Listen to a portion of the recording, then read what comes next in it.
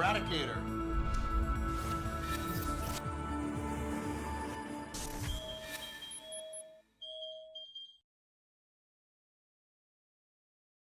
Welcome to the channel, the Eradicator here, and in this video, well, we will be looking at the Hull A, making it the grand debut of the Hull series from Misc in Star Citizen. What is the Hull series? If you don't know, the Hull series is a series of ship entirely dedicated to cargo. And one of the signature items of the Hull series is that they've got these external pods here, which allow you to place those cargo boxes very quickly from the landing pad to the ship without having to place them in some kind of cramped interior, which is going to be very tedious if you have hundreds of boxes to place in your ship.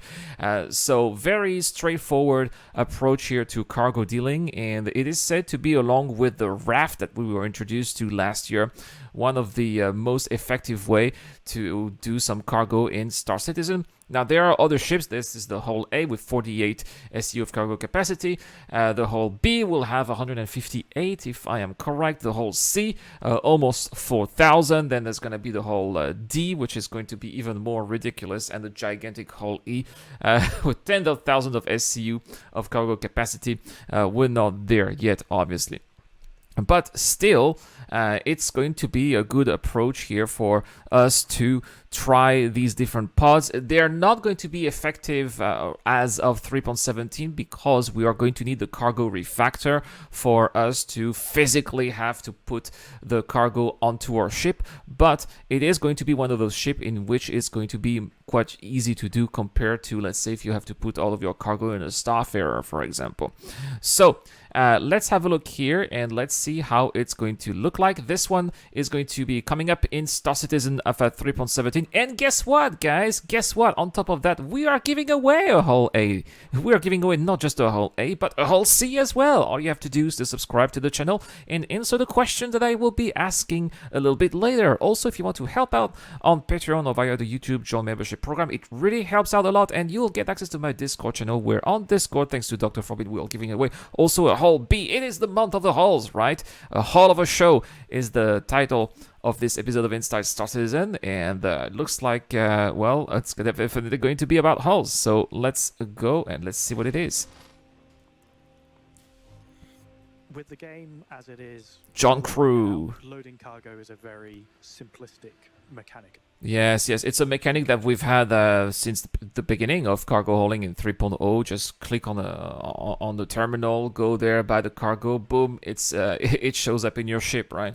You click buy, bam, it pops up on your ship. Just like that. But that is changing in the near future, where it is going to become an actual physical loading process. So now, he says in the near future. Don't get your hopes high. It's not coming up in 3.17, but there is a chance that it's coming up in 3.18. The cargo refactor has been on the roadmap for a very long time. It's been delayed, as you would expect, because it is a major improvement coming up in Star Citizen. We're talking about something as major as the inventory system, for example, or the health system, which was introduced also last year. So even if we don't have server meshing in 2022, I think that the cargo refactor is going to make it worth the while for players who are still sticking around, who are not getting burnt out, and who are still enjoying Star Citizen despite the game not making the expected progress, which is server meshing and the ability to go to Power, which again is not confirmed from this year. It could happen, but it also could not happen. What is going to happen, however, is the cargo refactor.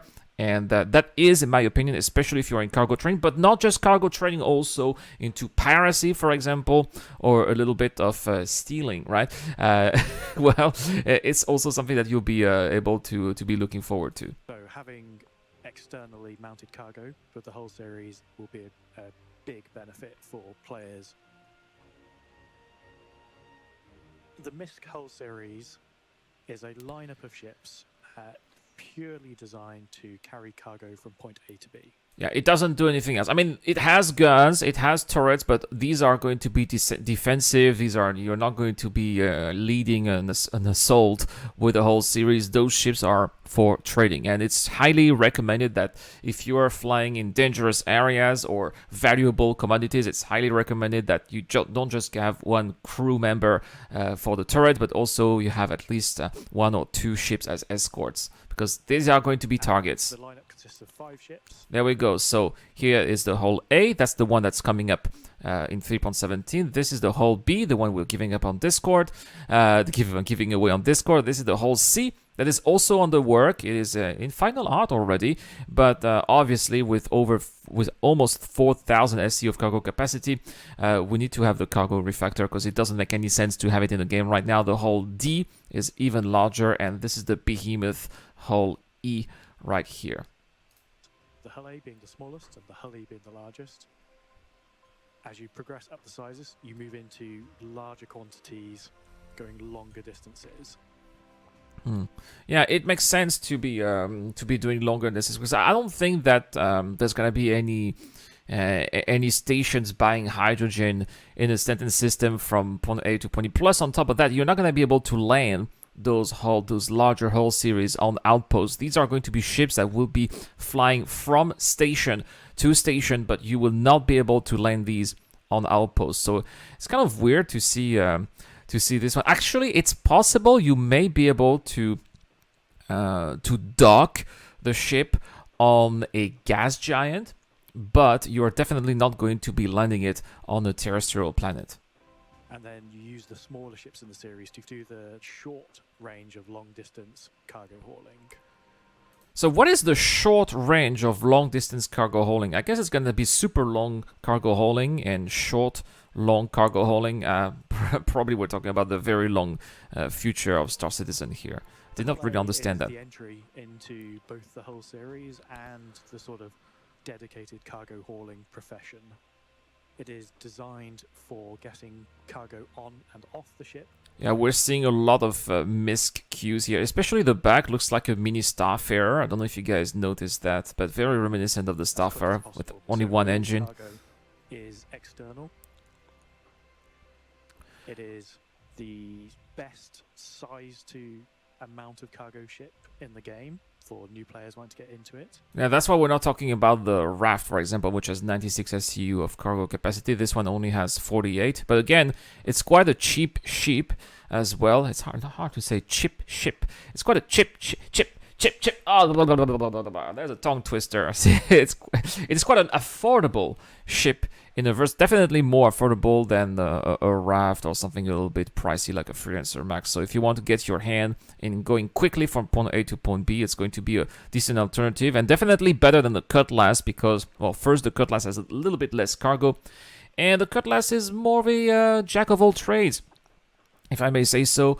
So if you're into combat or other activities, maybe the Cutlass is going to be your way to go. But if you're only into trading, then the hull A might be a better alternative, right? And it is really a one single-seater, yeah. You and your cargo ship.